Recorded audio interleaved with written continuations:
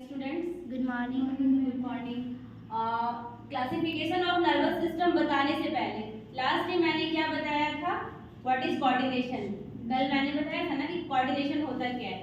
Coordination का मतलब क्या होता है कि एक से ज्यादा ऑर्गन्स जब मिल के काम करते हैं। कोऑर्डिनेट का मतलब ही होता है आपस में मिल के काम करना। मान लीजिए ये और ये दोनों फ्रेंड्स हैं, दे बोथ आर फ्रेंड्स। तो जब ये क्लास नहीं आती तो इसको ये हेल्प करती है, तो उसी को क्या बोलते हैं? कोऑर्डिनेट करना, हेल्प करना, कोऑपरेट करना।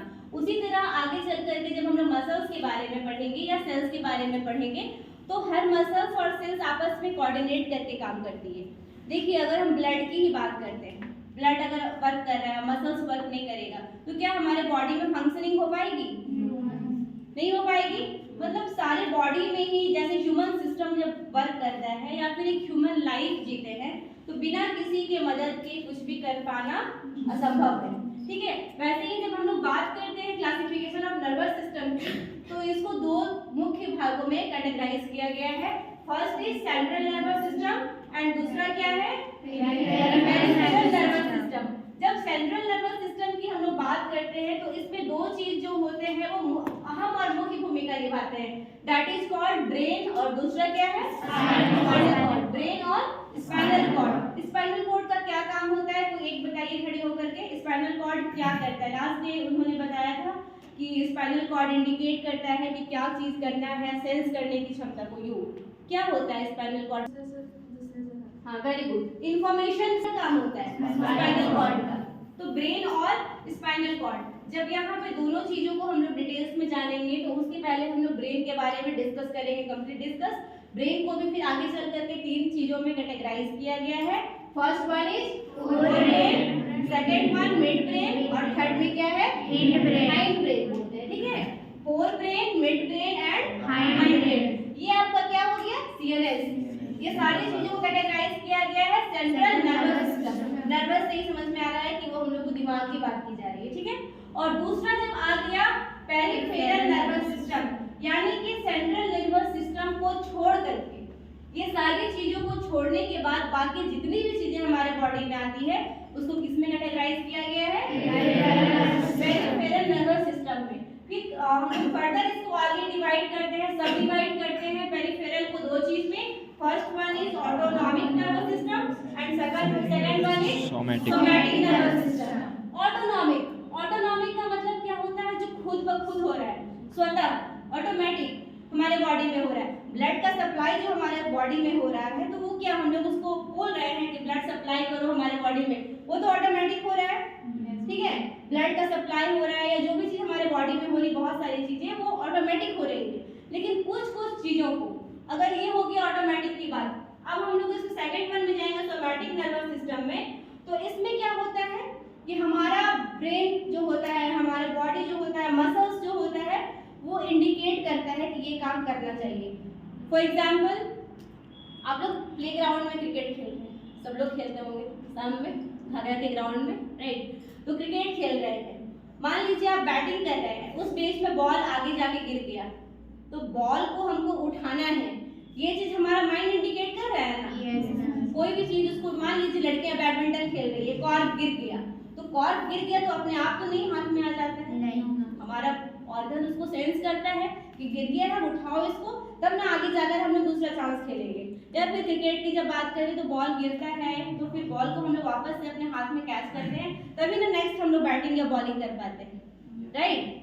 ओके, उसके बाद फिर हम लोग ऑटोमेटिक नर्वस सिस्टम में जब बात करते हैं तो इसको भी फर्दर दो चीजों में कैटेगराइज किया गया है। First one is sympathetic nervous system और दूसरा क्या है? Parasympathetic nervous system. सिंपैथेटिक अभी एग्जांपल बताए थे कि कुछ भी ऐसा इंसिडेंट हो जाता है, इसमें करो या मरो वाला हाल हो जाता है सिंपैथेटिक में। ठीक है, ये वाला जो है फाइट और फ्लाइट या फिर डू और डाई, करो या मरो। ठीक है, अगर रास्ते में मान लीजिए घर पे ही बिल्ली आ जाती है, जनरली हम घर का ही एग्जांपल देंगे, बहुत मतलब मान लो जो खूंखार बिल्ली आ गई हमारे घर में, शाम में होता है, चिल्लाने लगती है, तो हमको या तो लगता है कि उस बिल्ली को मार के भगा दे, और अगर नहीं भगा पाओगे खूंखार बिल्ली तो वो तो काट लेगी। सामने उसके जाओगे, पूरे गुस्साई हुई है, चिल्लाई हुई है, उसको भगा पाओ तो ठीक है, नहीं तो फिर वहां से भाग जाओ, नहीं तो फिर उसको मार दो। तीन ही ऑप्शन है, उसके अलावा और कोई ऑप्शन है? नहीं। जैसे अभी डॉग का एग्जांपल दिया गया था, अभी पागल कुत्ते का एक ग्रुप, एक झुंड है, हम वहां से क्रॉस कर रहे हैं, ठीक है, वहां से क्रॉस कर रहे हैं, पागल कुत्ते आप पे अटैक किए तो आपको वहां से भागना ज्यादा बेटर होगा या फिर आपके पास औजार है, वेपन्स है, तो आप उसको मार सकते हैं। बस दो ही ऑप्शन है। तो इस चीज को इंडिकेट कौन करता है? हमारा सिंपैथेटिक नर्वस सिस्टम, ठीक है। और ये क्या है? पैरासिम्पैथेटिक नर्वस सिस्टम, रेस्ट और डाइजेस्ट। इसमें एकदम आराम से हमारा बॉडी का जो ऑर्गन्स होता है एकदम रेस्ट मोड में, मतलब कोई चिंता ही नहीं है, होगा ना, क्या दिक्कत है। मान लीजिए बॉडी हमारा पूरा खेल कर हम लोग आए, प्लेग्राउंड से खेल करके आए, ठीक है, काफी थकान हमारे शरीर में, तो हमारे बॉडी का ऑर्गन्स ही बोलता है कि नहीं भाई आज हम बहुत थक गए हैं, अब थोड़ा आराम करते हैं। खाना खाने के बाद देखना जनरली हमारा जो बॉडी होता है वो बिल्कुल रेस्ट मोड में आ जाता है, आता है ना, खास करके जब हम नॉनवेज को गेन करते हैं, ठीक है, नॉनवेज, राइस वगैरह खाने के बाद जनरली हमारा बॉडी इंडिकेट करता है कि या तो सो जाए या तो थोड़ा रेस्ट करे, क्योंकि वो सब काफ़ी हैवी फूड होता है।